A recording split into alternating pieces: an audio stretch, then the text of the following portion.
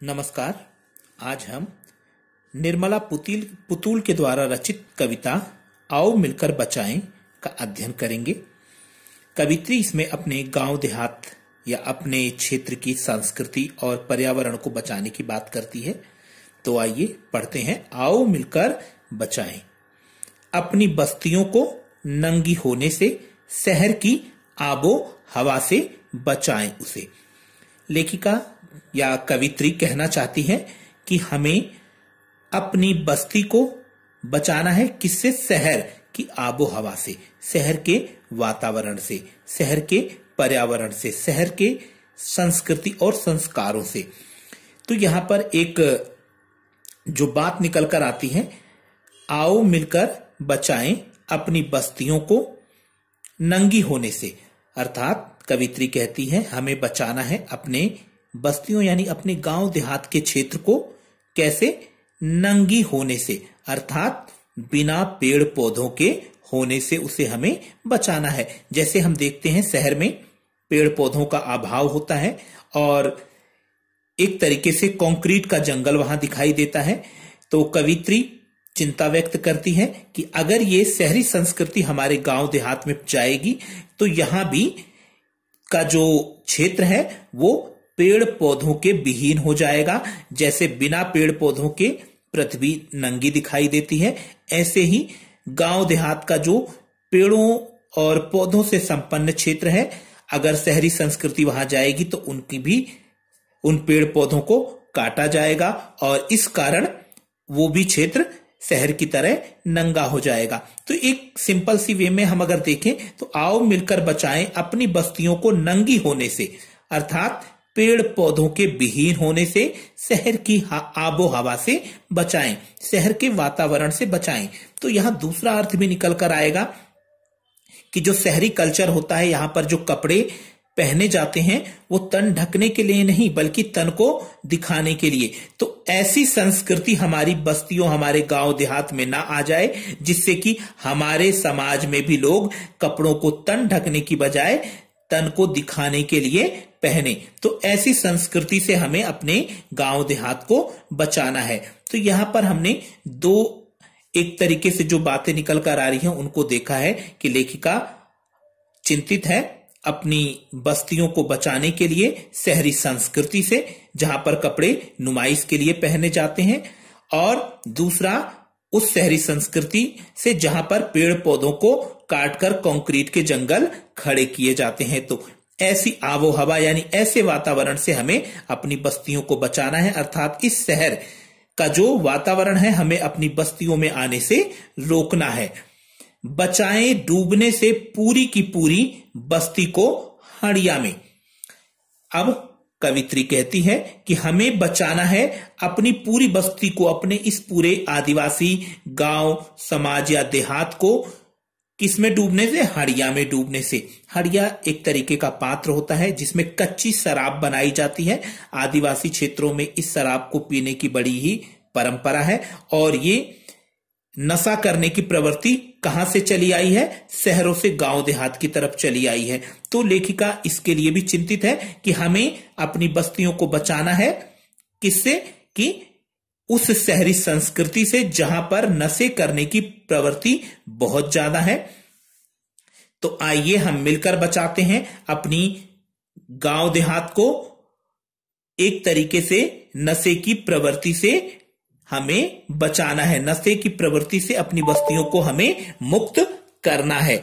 इसके बाद कवित्री हमें यह भी बताना चाहती है, यहां पर हड़िया का एक और अर्थ होगा कंकाल, जिसमें कि बिल्कुल भी हड्डियां नहीं, मांस नहीं होता है, बस हड्डियां ही हड्डियां होती हैं। तो यहां पर कवित्री कहना चाहती है कि हमें अपनी बस्ती को बचाना है कंकाल होने से। अर्थात लोग नशे की शिकार हो जाएंगे, नशे की प्रवृत्ति के आदी हो जाएंगे, तो वो सिर्फ हड्डियों का ढांचा मात्र रहेगा और हमारी संस्कृति का इससे अपव्यय होगा। तो हमें आइए मिलकर बचाते हैं अपनी बस्ती को नंगा होने से, अर्थात वस्त्र विहीन होने से, पेड़ पौधों के विहीन होने से, क्योंकि शहर में वस्त्र विहीन और पेड़ पौधों के विहीन वाली संस्कृतियां देखने को मिलती है, तो इस परंपरा को यहां जाने से हमें बचाना है। दूसरा, शहर में नशाखोरी की प्रवृत्ति है और इस नशेखोरी की प्रवृत्ति को अपनी बस्तियों में आने से हमें रोकना है। अपनी बस्तियों को कंकाल बनने से हमें रोकना है, ताकि हमारी बस्तियां भी शहर की तरह नशे की शिकार ना हो जाए। फिर कवित्री आगे बढ़ती है और कहती है, अपने चेहरे पर संथाल परगना की माटी का रंग। लेखिका कहती है कि हम जिस क्षेत्र विशेष से बिलोंग करते हैं, उस क्षेत्र विशेष की मिट्टी का रंग हमारे चेहरे से झलकना चाहिए। जैसे यहां पर लेखिका संथाल एक परगना है झारखंड में, उस क्षेत्र से बिलोंग करती है, तो वहां की बात रखती है कि हमारे चेहरे से हमारी संथाल परगना की मिट्टी का रंग झलकना चाहिए। भाषा में झारखंडीपन और हमारी भाषा में हमारे क्षेत्र विशेष की बोली का लहजा दिखाई देना या सुनाई देना चाहिए। अर्थात हमें अपनी बोली को बचाना है, क्योंकि शहरी संस्कृति के आने से हम लोग शहरी कल्चर की वजह से अपनी भाषा को छोड़ देंगे। तो अपनी भाषा को हमें बचाना है, क्योंकि शहरी कल्चर अगर आएगा तो हमारी भाषा हमसे छूट जाएगी। हमें अपने चेहरे पर संथाल परगना की माटी का जो हमारे चेहरे पर रंग दिखाई देता है, विविध आदिवासी लोग अपने चेहरों पर कलर लगाए रहते हैं और अपनी संस्कृति की झलक को अपने चेहरों से प्रस्तुत करते हैं। यदि ये शहरी कल्चर यहां आया तो वो जो चेहरा है, जो कि शहरी कल्चर में मेकअप लगाकर अपने चेहरे को अलग तरीके से प्रस्तुत किया जाता है, वो यहां पर भी होने लग जाएगा। तो कवित्री साफ कहना चाहती है, हमें अपनी बस्ती को बचाना है, पेड़ विहीन होने से हमें अपनी बस्ती को बचाना है, नशाखोरी से हमें अपने चेहरे पर अपने क्षेत्र विशेष की मिट्टी के रंग को कायम रखना है, क्योंकि शहरी संस्कृति में दिखावे की संस्कृति होती है, जहां पर अपने चेहरे पर अलग तरीके के एक्सप्रेशन लाने के लिए, अलग हाव भाव को प्रकट करने के लिए तरह तरह के मेकअप का सहारा लिया जाता है। और साथ ही साथ जो आदिवासी समाज है उसमें इन चीजों का अभाव है। तो कवित्री चाहती है कि हमारा जो चेहरा, जो हमारी मिट्टी के रंग को प्रकट करता है, शहरी संस्कृति के आने से वो कहीं खत्म ना हो जाए, लुप्त ना हो जाए। इसलिए हमें उस मिट्टी के रंग को बचाना है, हमें अपनी भाषा को बचाना है, हम अपने लहजे को बचाएंगे। जैसे भाषा में झारखंडीपन का आशय है कि यदि शहरी संस्कृति आएगी तो वो हमारी भाषा को भी नुकसान पहुंचाएगी। तो इस भाषा का जो एक लहजा है उसको हमें बचाकर रखना है। आगे कवित्री कहती है, ठंडी होती दिनचर्या में जीवन की गर्माहट। कवित्री कहती है शहरी जो संस्कृति है, उनकी जो दिनचर्या है वो गर्म जोशी वाली नहीं है, जबकि हमारे गांव देहात की जो दिनचर्या है बड़ी ही गर्मजोशी वाली होती है। सुबह उठते हैं, खेतों में जाते हैं, काम करते हैं, शिकार पर जाते हैं और मन का हरापन, और वो हमेशा मन से खुश रहते हैं। शहरी संस्कृति में जब सवेरे उठते हैं ऑफिस जाने के लिए, उनका मन एकदम उदास होता है, जीवन में कोई उत्साह नहीं होता है, जीवन में कोई गर्माहट नहीं होती है, और साथ ही साथ मन का हरापन, उनके मन में खुशी का अभाव होता है, भोलापन दिल का। गांव के लोग, देहात के लोग बड़े ही भोले भाले होते हैं। और अक्खड़पन, अगर गलत बात है तो उसके लिए अकड़ जाते हैं, जबकि शहर के लोग यस सर और यस सर की रट लगाए रहते हैं, गलत बात पे भी वो कभी भी विरोध नहीं करते हैं। जुझारूपन, गांव के लोगों में हर चीज के लिए संघर्ष करने का एक मादा होता है, जबकि शहरी लोगों में उसका अभाव होता है कवित्री के अनुसार। तो यहां पर कवित्री हमें कहती है कि ठंडी होती दिनचर्या में जीवन की गर्माहट, अर्थात जो शहरी संस्कृति है उसमें जो है वहां के लोगों की दिनचर्या आलस्य और उदासी से भरी हुई है, और ऐसी दिनचर्या हमारे गांव में, हमारी बस्तियों में नहीं आनी चाहिए। इसलिए जो हमारे जीवन की गर्माहट है, जो सुबह सुबह ताजगी के साथ, उत्साह के साथ काम करने की जो एक हमारे यहां परंपरा है, उसे हमें बचाकर रखना है। मन का हरापन, गांव के लोगों में, बस्तियों के लोगों में मन का हरापन, वो हमेशा खुश रहते हैं, लेकिन शहरी लोगों के जीवन में उत्साह का अभाव होता है और खुशी की भी कमी होती है। तो इस तरीके से हमें अपने उस हरेपन को बचा के रखना है। भोलापन दिल का, गांव के लोग बड़े भोले भाले होते हैं दिल से, उस भोलेपन को बचा के रखना है। जबकि कवित्री के अनुसार शहरी संस्कृति में इस भोलेपन का अभाव होता है और शहरी संस्कृति में अक्खड़पन नहीं होता है, यानी हर चीज के लिए वो बस यस करते हैं, कभी भी गलत के लिए नो नहीं कर पाते हैं। जबकि गांव के लोग गलत बात के लिए अकड़ जाते हैं, जुझारूपन, और वो किसी भी कार्य को करने के लिए जूझ जाते हैं, संघर्ष करते हैं। तो ये चीजें शहरी संस्कृति में हमें नहीं मिलती है। अब कवित्री ने ये बातें हमें अपनी इस कविता में बताई हैं और इस पूरी कविता में हमें खड़ी बोली हिंदी में ये लिखी गई कविता है, मुक्त छंद की कविता है ये। और साथ ही साथ इसमें अगर हम अलंकार देखें तो यहां पर अगर हम देखें पूरी की पूरी बस्ती, ई की मात्रा से ही हम लगा सकते हैं अंदाजा कि इसमें अनुप्रास चल रहा है अलंकार। और अगर हम देखें अक्खड़पन, जुझारूपन, ये पन की आवृत्ति से भी हम अंदाजा लगा सकते हैं कि इसमें अनुप्रास अलंकार को कहीं ना कहीं प्रयोग किया गया है। और गांव देहात की शब्दावली के साथ जैसे हंडिया शब्द, नंगी शब्द आदि, ये जो हमारे में झारखंडीपन, और इन शब्दों के माध्यम से गांव देहात की शब्दावली का प्रयोग करते हुए इस कविता को बड़ा ही रोचक बनाने का प्रयास किया गया है। और कहीं ना कहीं लाक्षणिकता भी है इस कविता में कि हड़िया में दो अर्थ छुप कर आते हैं कि कंकाल बनने से रोकना है संस्कृति को, या फिर नशे की प्रवृत्ति का शिकार होने से रोकना है। नंगी होने में भी हम देखते हैं कि वस्त्र विहीन होने से रोकना है, या फिर पेड़ पौधों से विहीन होने से रोकना है। यहां पर जीवन की गर्माहट में भी हम देखते हैं कि जो उत्साह है, कार्य करने का जो उत्साह है, उसके प्रति गर्मजोशी की बात को रखा गया है। तो दूसरी ओर शहरी संस्कृति के बारे में बताया गया है कि कैसे वो उत्साह विहीन होती है। हरापन यानी यहाँ खुशहाली से संबंधित है, हमेशा खुशी को प्रकट करने से संबंधित है। तो कवित्री ने बहुत सुंदर तरीके से अपनी बातों को यहाँ रखा है। आगे कवित्री कहती है, भीतर की आग, की जो शहरी संस्कृति में कुछ करने या कुछ कर गुजरने की जो आग होती है उसका अभाव होता है, लेकिन हमारी जो गांव की संस्कृति है उसमें कुछ करने की जो है एक भूख होती है, एक आग होती है, उसको हमें बचाकर रखना है। कहीं शहरी संस्कृति आके इस आग को बुझा ना दे।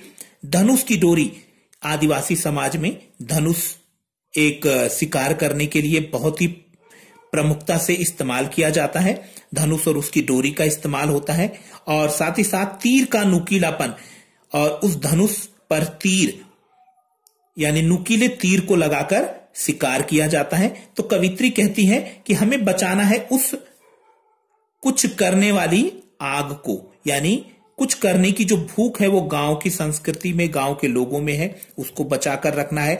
और हमें अपने समाज के लोगों की, जो हमारा आदिवासी समाज है झारखंड में, संथाल लोगों का, उनकी उस धनुष की डोरी को बचा के रखना है, जिसमें वो तीर का इस्तेमाल करके अपने लिए शिकार करते हैं। ये नहीं कि इनकी धनुष की डोरी की जगह इनको हम बंदूकें थमा दें, जिसकी वजह से ये अंधाधुंध शिकार करें, जो कि शहरी कल्चर में हमें देखने को मिलता है कि वो लोग धनुष और तीर को भूल गए हैं और आजकल अग्नेयास्त्रों का प्रयोग करते हैं, जिससे कितनी हिंसा होती है। तो हमें इस हिंसक समाज जहां पर अग्नेयास्त्रों का प्रयोग होता है उनको अपने इस गांव देहात की बस्तियों में आने से रोकना है। अन्यथा अगर ये संस्कृति यहां आ गई तो ये भोले भाले लोग धनुष की डोरी को छोड़ देंगे, तीर को छोड़ देंगे और इस अग्नेयास्त्रों का प्रयोग करेंगे, जो कि हमारे समाज के लिए बड़ा घातक होगा। आगे कवित्री कहती है कि कुल्हाड़ी की धार, अर्थात हम देखते हैं कि शहरी कल्चर में इलेक्ट्रिक से या बैटरी से चलने वाले जो आरा मशीनें हैं उससे जंगलों की अंधाधुंध कटाई होती है, लेकिन जो ये हमारा आदिवासी समाज है अपनी कुल्हाड़ियों की मदद से ही वो अपने लिए जंगल से जलावन की लकड़ी लेता है और जंगल पर निर्भर करता है। और यदि ये शहरी कल्चर यहाँ गांव देहात में आया तो इन भोले भाले लोगों के हाथ में कुल्हाड़ी की जगह वो आरा मशीनें थमा दी जाएंगी, जिससे जंगल का विनाश हो सकता है। इसलिए हमें उस शहरी संस्कृति को यहाँ आने से रोकना है, जिससे कि हमारे लोगों की ये कुल्हाड़ी की धार बनी रहे, जिससे कि वो सिर्फ जरूरत का ही जलावन की लकड़ी या फिर जरूरत की ही लकड़ी जंगलों से लेते हैं और अंधाधुंध जंगलों की कटाई नहीं करते हैं। आगे कवित्री कहती है, जंगल की ताजा हवा, अगर ये जंगल बचे रहेंगे तो हमारे गांव देहातों में ताजा हवा पर्याप्त मात्रा में रहेगी, जबकि शहरों में हम देखते हैं कि प्रदूषण की वजह से ताजी हवा का नामो निशान भी नहीं बचा है। नदियों की निर्मलता, कवित्री कहती है, जब नदियां गांव देहात से होकर गुजरती हैं तो बड़ी निर्मल और स्वच्छ होती हैं, लेकिन यही नदियां जब शहरों में जाती हैं तो एकदम प्रदूषित हो जाती हैं, जैसे नालों में तब्दील हो जाती हैं। तो हम इस कल्चर को, जो शहरी कल्चर है, उसको अपने गांव देहात में नहीं आने देंगे, क्योंकि इसके आने से हमारी जो जंगलों की ताजा हवा है वो नष्ट हो जाएगी, हमारे पेड़ पौधे नष्ट हो जाएंगे, हमारी नदियों की जो निर्मलता है वो नष्ट हो जाएगी। इसलिए हमें शहरी संस्कृति को गांव में आने से रोकना है। पहाड़ों का मौन, कवित्री कहती है, हमारे पहाड़ों पर शांति है और शहर में जो पहाड़ हैं वहां पर इसका अभाव मिलता है, वो शोर शराबों से भरे हुए हैं और लोग शांति की ही तलाश में इन पहाड़ों पर आते हैं। तो हमें इन पहाड़ों के मौन को, इन शांति को बचाए रखना है, क्योंकि पहाड़ों पर हम देखते हैं कि शहर में अगर कोई पहाड़ है तो उसे काटकर किसी तरीके से कंक्रीट बनाने के लिए इस्तेमाल किया जाता है, शोर शराबा वहां रहता है, लेकिन गांव के पहाड़ों में ऐसा नहीं होता है। तो इस शहरी संस्कृति की वजह से हमें अपने पहाड़ों के मौन को खत्म नहीं करना है। गीतों की धुन, हमारे आदिवासी समाज में उनके विशेष अवसरों पे गाए जाने वाले अलग अलग गीत होते हैं, उन गीतों को हमें बचाकर रखना है, क्योंकि अगर शहरी संस्कृति हमारे गांव देहात या आदिवासी समाज में आएगी तो यहाँ फिल्मी गानों का दौर शुरू हो जाएगा, जैसा कि शहरी संस्कृति में देखने को मिलता है। तो हमें अपने इन लोक गीतों को बचाकर रखना है, शहरी संस्कृति को गांव में आने से रोकना है। मिट्टी का सौंधापन, हम देखते हैं कि जब गांव देहात में वर्षा होती है तो मिट्टी से सौंधेपन की सुगंध आती है, और शहर में जब वर्षा होती है तो सड़े हुए नाले महकने लगते हैं, बदबू मारने लगते हैं और इस सौंधेपन का अभाव होता है। तो कवित्री यही कहना चाहती है कि ये जो मिट्टी की खुशबू है इसे भी हमें बचाकर रखना है, क्योंकि शहरी संस्कृति के आने से ये मिट्टी का सौंधापन एक तरीके से गंदे नालों में तब्दील हो जाएगा और हमें इस खुशबू से, इस सुगंध से वंचित होना पड़ जाएगा। फसलों की लहलहाहट, शहरों में खेती बाड़ी का अभाव होता है, यहाँ तो कंक्रीट के जंगल होते हैं। तो कवित्री कहना चाहती है कि शहरी संस्कृति को हमें गांव में नहीं आने देना है, क्योंकि अगर ये संस्कृति यहाँ आई तो कंक्रीट के जंगल दिखाई देंगे, फसलों का यहाँ अभाव हो जाएगा। तो इस तरीके से कवित्री हर मायने में शहरी संस्कृति का विरोध करती है और ये बताने का प्रयास करती है कि किस तरीके से अगर शहरी संस्कृति आया तो हमारा क्या क्या नुकसान कर सकती है वो संस्कृति। तो आगे कवित्री बताती है, नाचने के लिए खुला आंगन, शहरों में हम देखते हैं छोटे छोटे घर होते हैं, आंगन का तो बहुत ही अभाव है, एक एक कमरे के बेडरूम है, लेकिन गांव में बड़े बड़े घर और उनके आंगन होते हैं और उन आंगनों में ही सारे उत्सव और सारे तीज त्योहार मना लिए जाते हैं। तो इन आंगनों को हमें बचाकर रखना है जहां पर हम अपने उत्सव और तीज त्योहार मनाते हैं, क्योंकि गांव में अगर ये संस्कृति 1 बेडरूम वाली आएगी तो ये हमारे जो आंगन है वो विलुप्त हो जाएंगे। गाने के लिए गीत, और हम अपने विशेष अवसरों पर विशेष गीत गाते हैं और ये सारे गीत अगर हमारी गांव की संस्कृति बनी रहेगी तो बचे रहेंगे, अन्यथा शहरी संस्कृति के आने से इन गीतों का क्या कहते हैं पतन हो जाएगा। इसलिए हमें शहरी संस्कृति को गांव में आने से रोकना है। हंसने के लिए थोड़ी सी खिलखिलाहट, गांव के लोग खुलकर हंसते हैं, गांव देहात और बस्तियों के लोग, आदिवासी समाज एकदम मुस्कुराते हुए खिलखिलाते हुए हंसते हैं, लेकिन शहरी हंसी में आज भी हम देखते हैं कि वो खिलखिलाहट नहीं होती है, उनकी हंसी भी दबी हुई रहती है, क्योंकि जब उनके जीवन में गर्माहट नहीं है तो वो खुलकर हंस भी नहीं पाते हैं। जबकि गांव देहात का समाज खुलकर हंसता है। तो हमें इस हंसी को बचाकर रखना है, किससे? शहरी संस्कृति के आने से या शहरी संस्कृति से।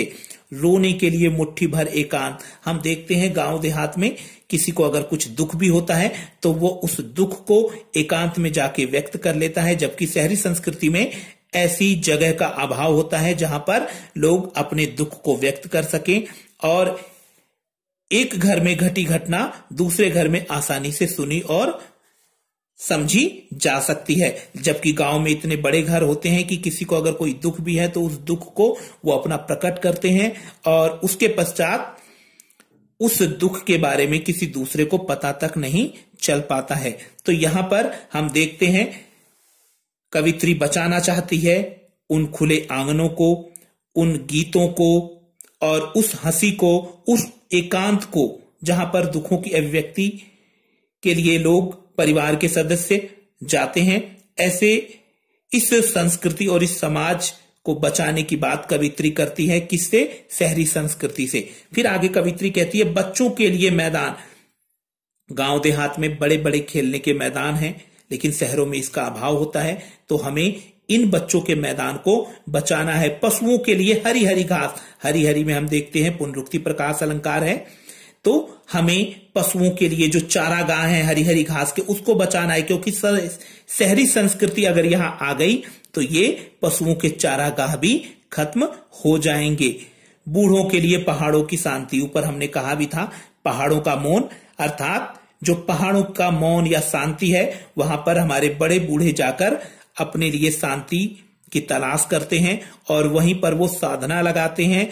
और हम देखते हैं कि हमारे लोग जो बड़े बूढ़े हैं कई बार पहाड़ों पर ही जाके शांति की तलाश में रहते हैं और अपने मोक्ष के लिए या अपने अंतिम दिनों को वहां पर बैठकर पूजा पाठ में व्यतीत करते हैं। तो इस शांति को हमें बचाकर रखना है।